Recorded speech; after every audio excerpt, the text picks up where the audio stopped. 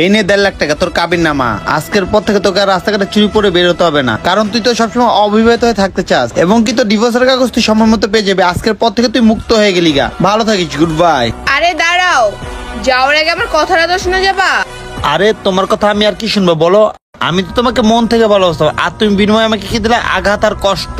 হ্যাঁ, আমি তোমাকে কষ্ট দিছি, তুমি আবার এটা ভেবো না আমি তোমাকে ডাক দিছি আবার নতুন করে তোমার সাথে সংসার করার জন্য। আমি তোমাকে এটা বলার জন্য ডাক দিছি, আমাদের মেয়েদের ছেলেদের খুঁজে বের করা লাগে না, ছেলেরা আমাদের মেয়েদেরকে খুঁজে বের করে। আমি তো তোমাকে এটা বলার জন্য ডাক দিছিলাম যে ধন্যবাদ তোমাকে, তুমি আমাকে নিজের ইচ্ছা ডিভোর্সটা দিলা, আর আমার কাবিনের টাকা আগে আগে দেওয়ার জন্য। ঠিক আছে, এখানে ধন্যবাদ দেওয়ার কিছু নাই। কেউ সংসার করতে না চাইলে তাকে ডিভোর্স দেওয়াটাই ভালো। ভাই দেবে, তোমার একটা কথা আমি বুঝলাম না, ছেলেরা মেয়েদেরকে খুঁজে মানে তোমাদের ছেলেদের কাছে যদি একটা অপশন থাকে না, তাহলে আমাদের মেয়েদের কাছে 100টা অপশন থাকে, বুঝতে পারছো মিস্টার নয়ন খান? হ্যাঁ মনি, আমি জানি তোমাদের মতো মেয়েদের কাছে 100টা অপশন থাকে, কিন্তু কতদিন থাকে জানো? যতদিন তোমাদের দেহ আছে, সৌন্দর্য আছে, ততদিনই তোমাদের কাছে 100টা অপশন থাকে। যখন তোমার এই রূপ যৌবন শেষ হয়ে যাবে না, তখন তোমার এই অপশন পানির সাথে ধুয়ে যাবে, বুঝতে পারছো তুমি? আর ভাই দেবে, তুমি যে ছেলের জন্য আমাকে ছেড়ে দিলা না, তুমি কি ভাবছো সেই ছেলে তোমাকে ভালোবাসে? এটা তোমার ভুল ধারণা। সে তোমাকে ভালোবাসে না, ওই ছেলে তোমার সাথে এতদিনই সম্পর্ক করবে যতদিন তোমার দেহ আর সৌন্দর্য থাকবে। যখন এটাও শেষ হয়ে যাবে, তখন ওই ছেলে তোমাকে রাস্তাঘাটে ছেড়ে দেবে, আর আমি ওয়েট করবো এই বিষয়টা দেখার জন্য। আর ভাই দেবে, আমি এটাও দেখতে চাই ওই ছেলে তোর সাথে কতদিন থাকবে। আচ্ছা মনি, তুই আমাকে একটা কথা বলতো সত্য করে, তুই যেহেতু আমাকে ভালোই না বাসতি, তা কি কারণে আমাকে কষ্ট করে বিয়েটা করলি এবং কি ডিভোর্সটা নিলি? ও আমি বুঝতে পারছি, এই টাকার জন্য, তাই না? কারণ তোদের মতো মেয়েরা টাকার কাছে বিক্রি হয়, এছাড়া আর কিচ্ছু পায় না। আর ভাই দেবে, তুই তো স্বাধীনতার টাকা তো পেয়ে গেলি। একটা কথা মনে রাখিস, তোর এই ভুল ডিসিশন নেওয়ার জন্য তুই সারা জীবন আফসোস করবি। ভালো থাকিস মনি। শুধু শুধু আমাকে এতগুলো জ্ঞান দিল, আমি কি ওর জ্ঞানের ধার ধারি নাকি? আমার কি, আমি এতগুলো টাকা পেয়ে গেছি, এই টাকাগুলো দিয়ে আমার বয়ফ্রেন্ডের সাথে আমি অনেক এনজয় করব, ওর সাথে আমার সারা জীবনটা পুরো কাটিয়ে দিব আমি। আচ্ছা মনি, অনেকক্ষণ ধরে তো বসে আছি, ঠিক আছে? তুমি একটু যাও চটপটির দোকানে যায় একটু চটপটি আর পানির অর্ডার দিয়ে এসো, যাও তাড়াতাড়ি যাও, ঠিক আছে? আরে শাহিন, তুমি দেখতে পাচ্ছ না আমি ফেসবুকে ছবি আপলোড করতেছি? আর শোনো, আমার শরীরটাও তেমন ভালো না, এত দূর হেঁটে হেঁটে যে আমি চটপটি অর্ডার দিতে পারবো না। তুমি যাও, তুমি ছেলে মানুষ না, আমি যেতে পারবো না। কি বললাম মনি? তোমার শরীর খারাপ? এতক্ষণ ধরে বসে বসে তুমি মোবাইল টিপছো, ঠিক আছে? আমি এখন একটা কাজ দিছি তোমাকে, তুমি বলতেছো শরীর খারাপ, এই খারাপ ওই খারাপ, তোমার নানান অজুহাত আমাকে তুমি দেখাচ্ছ। আমি বুঝলাম না মনি, তোমাকে কোনো কাজের কথা বললে তুমি আমাকে নানান অজুহাত দেখাও। তোমার ব্যবহারের আগামাথা আমি কিছু বুঝতেছি না, তুমি কি জন্য আমার সাথে এরকম ব্যবহার করতেছো বলো? আরে শাহিন, তুমি আমার সাথে তুই টাঙ্কারি ব্যবহার কেন করতেছো? আমি কি তোমার কাজের বউ নাকি? তুমি কি ভুলে গেছো আমি তোমার গার্লফ্রেন্ড হই? আর তুমি তোমাকে বলছিলা কিছুদিন পর তুমি আমাকে বিয়ে করবা, আর তুমি আমার সাথে কথা বললে ভেবে চিন্তে এবং কি ভদ্রভাবে আমার সাথে কথা বলবা, ঠিক আছে? কি বললাম মনি? তুমি আমার গার্লফ্রেন্ড লাগো, তোমার সাথে আমার ভালো ব্যবহার করতে হবে? ভালো ব্যবহার আমি তোমার সাথে করতে পারবো না।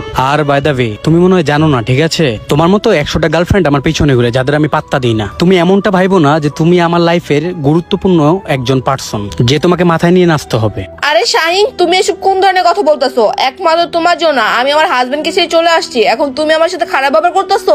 দেখ মনি, এসব উল্টা পাল্টা নাটক আমার সামনে একদম করবি না, ঠিক আছে? একদম চুপ থাক, তোর নাটক আমার দেখতে ভালো লাগে না। তুই তো তোর হাজবেন্ডকে ছাড়ছস আমার টাকার কারণে। তুই তো ভালো করে জানতি যে আমার কাছে অনেক টাকা আছে, যার কারণে তোর হাজবেন্ডকে ছেড়ে আমার কাছে আসছিস। আমার টাকা না থাকলে তুই জীবনও আমার কাছে আসতি না। আর আমি বুঝতে পারছিলাম তুই আমার সাথে শুধু এনজয় করার জন্য আসছিলি, আর আমার টাকা পয়সা শেষ হয়ে গেলে তুই আমাকে ছেড়ে চলে যাইতি, কারণ তোদের মতো মেয়েরা এগুলোই করে। তাই বলতেছি মনি, তোর অভিনয় নাটক আমি বুঝে গেছি, তুই আমাকে বোকা মনে করিস না। আরে শাহিন, তুমি যেমনটা ভাবতেছো ঠিক তেমনটা না। আমি তো তোমার টাকা পয়সাকে ভালোবাসি না, আমি তো তোমাকে মন থেকে ভালোবাসি, এই জন্য তো আমি আমার হাজবেন্ডকে ছেড়ে তোমার কাছে চলে আসছি। এই চুপ থাকতো, তুই আমার চোখের সামনে থেকে এখনই যা। যে হাজবেন্ডের হইতে পারে না সে আমার কিভাবে হবে? হ্যাঁ, যা এখান থেকে যা, তোর মুখ আমার দেখতে মন চাচ্ছে না। আর শোন, তোদের মতো বিবাহিত মেয়েদের কাছে ছেলেরা শুধু টাইম পাস করার জন্য আসে, ঠিক আছে? সারা জীবন সংসার করে থাকার জন্য না। তোদের মতো যারা স্বামীকে ছেড়ে দেয় তারা কখনো কারো জীবন সঙ্গী হতে পারে না, ঠিক আছে? আর শোন মনি, তোকে বলতে আমি ভুলে গেছি, সামনের মাসে আমার বিয়ে ঠিক হয়ে গেছে, ঠিক আছে? সামনের মাসে আমি বিয়ে করতেছি, আর তুই আজকের মধ্যে আমার বাসা ছেড়ে চলে যাবে, ঠিক আছে? আমি চাই না যে তোর কারণে আমার ফ্যামিলিতে কোনো ঝামেলা হোক, আমার নতুন সংসার ভেঙে যাক। আমি বিয়ে করে আমার জীবনটাকে অনেক সুন্দর করতে চাই, আমি সুন্দরভাবে বাঁচতে চাই।